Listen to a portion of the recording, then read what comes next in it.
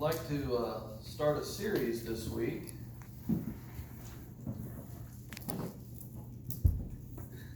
It's called Where I Met Jesus.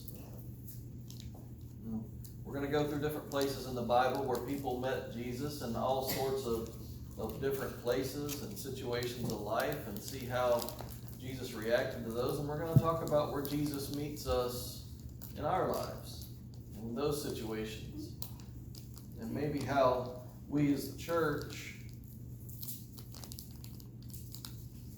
can respond in new ways, maybe that we haven't thought of before, not only to how we meet Jesus, but to help other people to come to a place where they meet Jesus.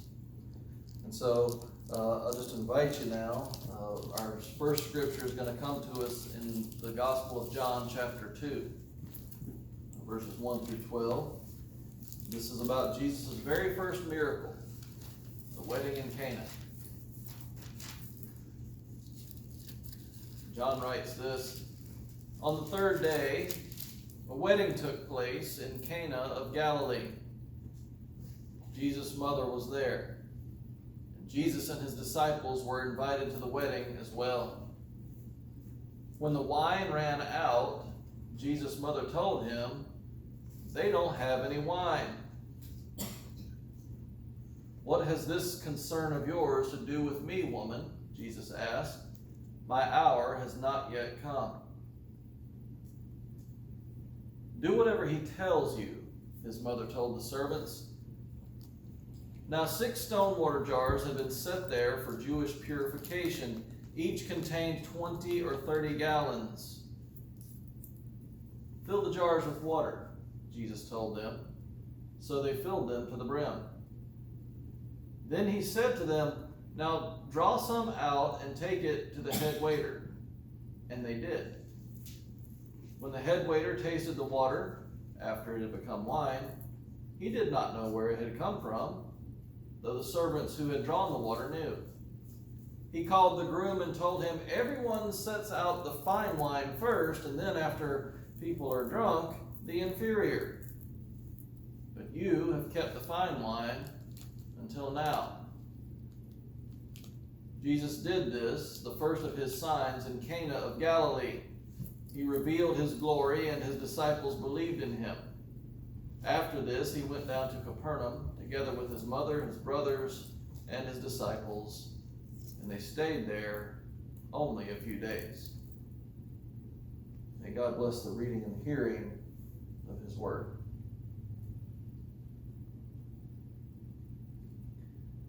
Something curious about this passage.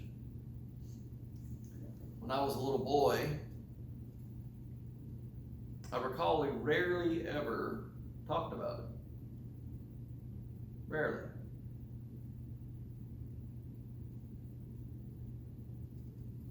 I always wondered why. And then it was years later that I found out something, because when we did talk about it, we always talked about how the fact that Jesus did his very first miracle at a wedding, and so it was something that points out the importance of being married and the role that God has for the wedding or the marriage, and that is it's a representation of Jesus' relationship to the church. We always talked about that. Or maybe we talked about how God could take something plain like water and turn it into something rich like wine. But we never ever addressed a very important fact, and in my young mind, this was something that I was always like, wait a minute. Drinking's bad. Isn't that what y'all taught me? I'm speaking as one of your boys that grew up here. Drinking's bad, right? Then why, in all that is created, did Jesus just make between 120 and 180 gallons of wine? And it ain't even the bad stuff. It's the good stuff. Why did Jesus do that? And I think the confusion for myself growing up in that has to do with For a long time, the church has been, especially the Protestant churches in America, we've been part of a movement since the 1920s that really founded what's called prohibition. And even our thinking is still tied up in prohibition thinking. And please hear me, I am not saying anybody needs to go out and drink, okay? That's not what I'm here to do today. All right? But can you see where I might have grown up with some confusion by not addressing the issue there? And I know that if I was confused, there are others as well. Maybe in our teachings through the years, we've made some folks feel like they weren't wanted or they were inferior because they would have a beer or two every now and then.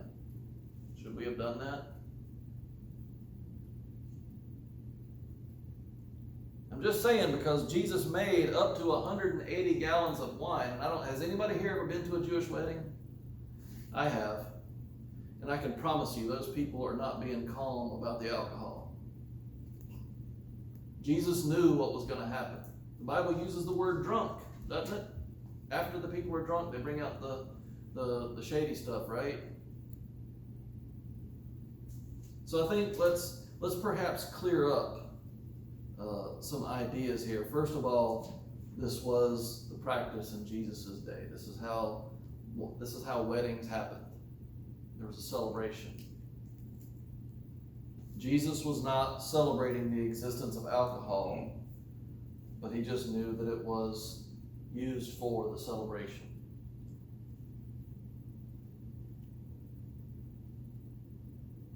Maybe sharing a couple of stories can help us see different ways that we can approach this idea, because I think that we are afraid of alcohol. And I'm going to be the first to tell you, alcohol has done some horrible things in my family. Addiction is terrible.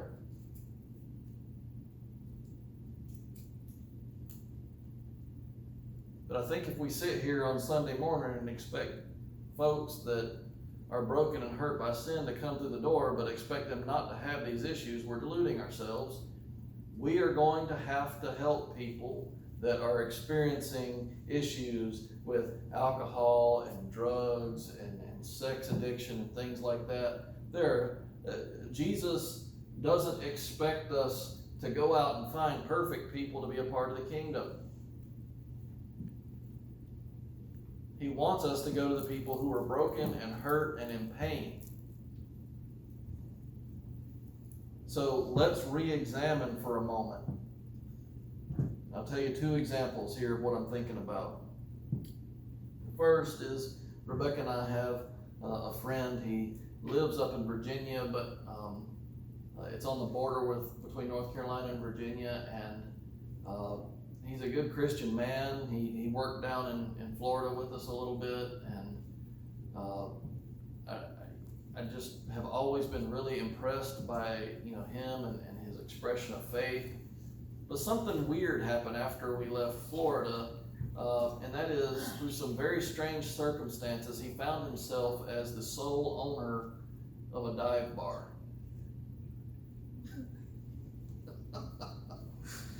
He probably didn't expect it either, don't worry. He didn't try to own a bar. That wasn't his intent.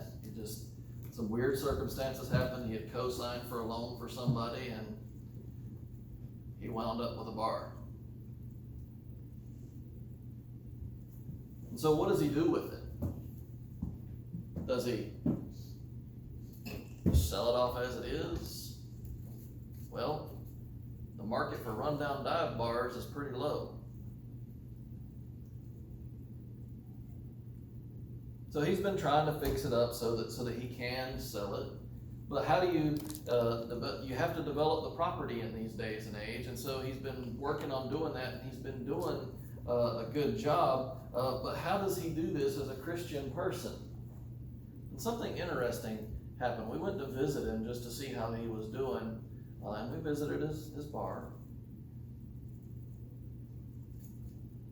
And he had started building things and changing things and making it better and lighter, and making it a place where instead of people come just to have a drink, they actually come to talk to each other. And so while we were visiting there, we met his parents who had come down to support him, and we got to talking, and you know, it was actually very easy in that moment to talk with people about God, because they were in a very relaxed environment, and they were all friends with each other, so you know, they were comfortable.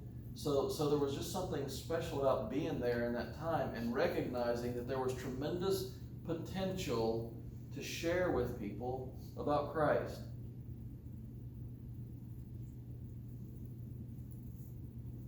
You just have to get over the fact that some of them was holding a beer. You don't even have a liquor license. It's just for beer or whatever low-level alcohol is. Another example is I have a friend I went to seminary with from Canada, and he moved back to Canada after seminary, and he started a church, and it started because he started a Bible study in a bar. It was called Theology on Tap. Hey, if you're going to do it, you got to own it, right? But now they have an average worship. It's only been it hasn't been that long, and now they're worshiping over 200 people a week. They're not in a bar anymore. They're actually meeting in a school gymnasium now, but they started as a Bible study at a bar. So let me ask y'all this. Now, this is where I am going to challenge us a little bit. Can we be brave enough to do things like that? Because in this day and age, it used to be you could open the doors to the church, and anybody that had a brokenness in their life and knew that they needed to get their life back right with God, they knew they could always come to the church on Sunday, and at least that could be a starting point for getting back right with God. But in this day and age, that's not the case anymore. I mean, we're certainly not closing our doors off to people, but the way people perceive the church is so different that they don't just automatically come to church to try to get things sorted out for themselves anymore. So what do we have to do, folks? We're going to have to go out there to them. You know, there's different types of fishing. There's a type of fishing where it used to be the Indians or the natives in our land.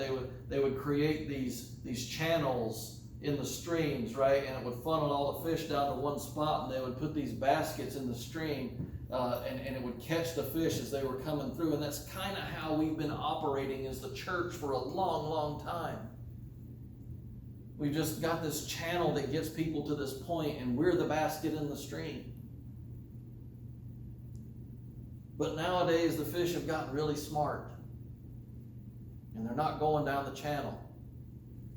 So we have to switch to a different type of fishing, don't we? We got to break out the fishing rods. We got to break out the trot lines. We got to do something different to get to where the fish are. And maybe, just maybe, those places serve alcohol. Can we be brave enough to go into those places? I'm just asking, because I think it might be necessary for us. All this is about where I met Jesus. That's what this series is about. So I want us to think about this situation, because who was meeting Jesus at this wedding? And they're barely even talked about in the story. But yet without them, the story would have happened much, much differently. So who met Jesus in our story for the first time, maybe? Servers, certainly. Anyone else?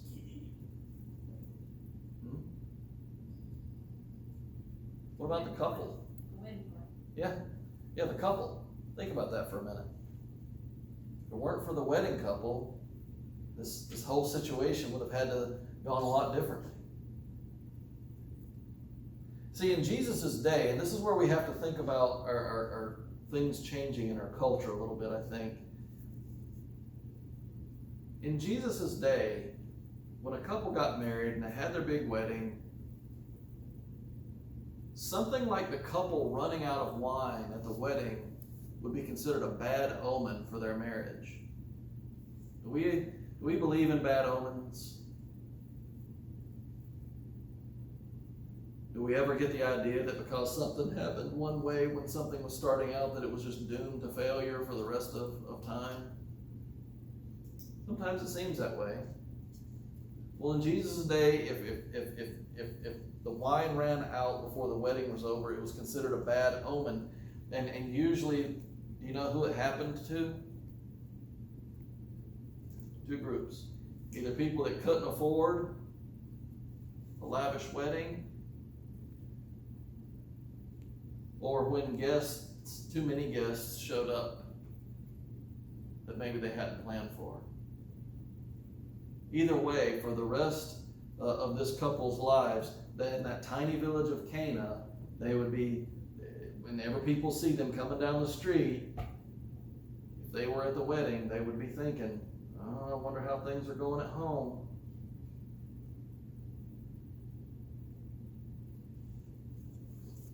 When Mary went to Jesus, and I'm going to tell y'all something, this passage just gets me every time when I read it. Because I think only someone who is God could have pulled this off without more commentary.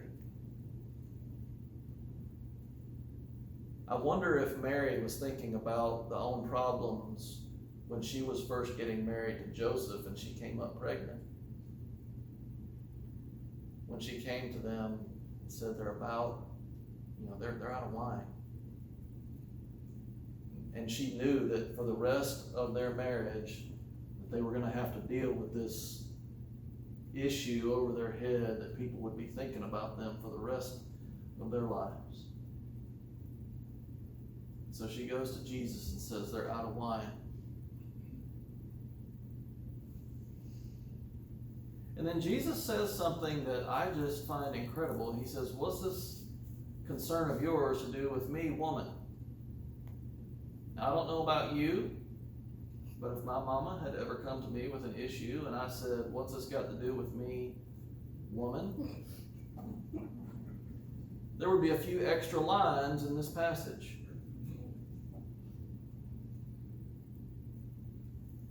Some action, maybe a little more commentary, and then a yes, ma'am.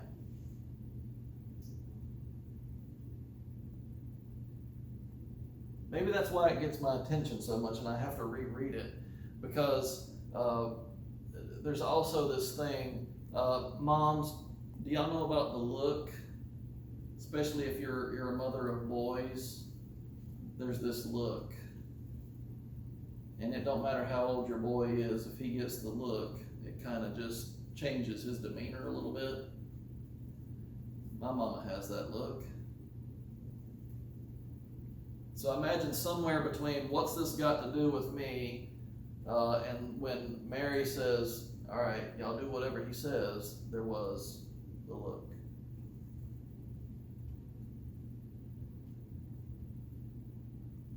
Something about this passage calls out and says, we have to change our approach to things. Because Jesus wasn't necessarily, I believe, concerned with the overall, he wasn't going to be the one gossiping about this couple.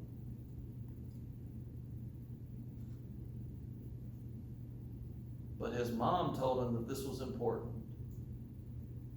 So Jesus changed his mind. I should tell you about the importance of prayer, by the way. Even if you don't think that God may change his mind, Just remember this passage where Jesus' mom convinced him to change his mind. Okay? But let's continue on. This couple had this hanging over their heads. Now suddenly Jesus has changed a bad omen, something that would have went with them for the rest of their lives, to something that is going to be remembered as a blessing for the rest of their marriage. Because instead of the normal operation of the cheap of the fancy wine and then the cheap wine, suddenly the best of the best is out on the table.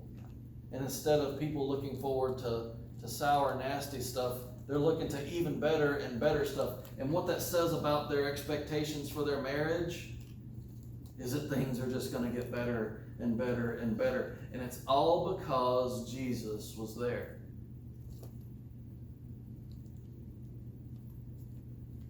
And if you look at your own life, maybe you haven't made a decision for Jesus today. But where God is saying that He wants to meet you is right here and right now, no matter where you're at. And just like Jesus being there, He's willing to turn things around for you. But you have to be willing to walk with Him.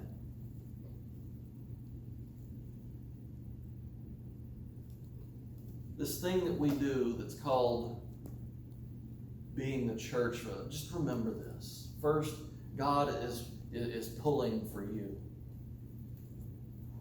Everybody in here that's married or thinking about marriage, you should know that God is pulling for you and He wants your marriage to succeed. Because that is what this says. The first miracle was at a wedding. That is something that we teach.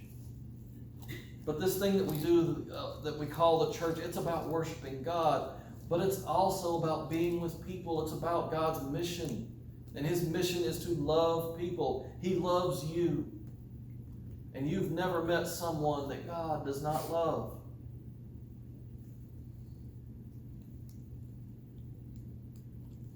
We must remember that God loves us all enough to die for us. He loves us enough that He doesn't want a bad omen hanging over our heads for the rest of whatever.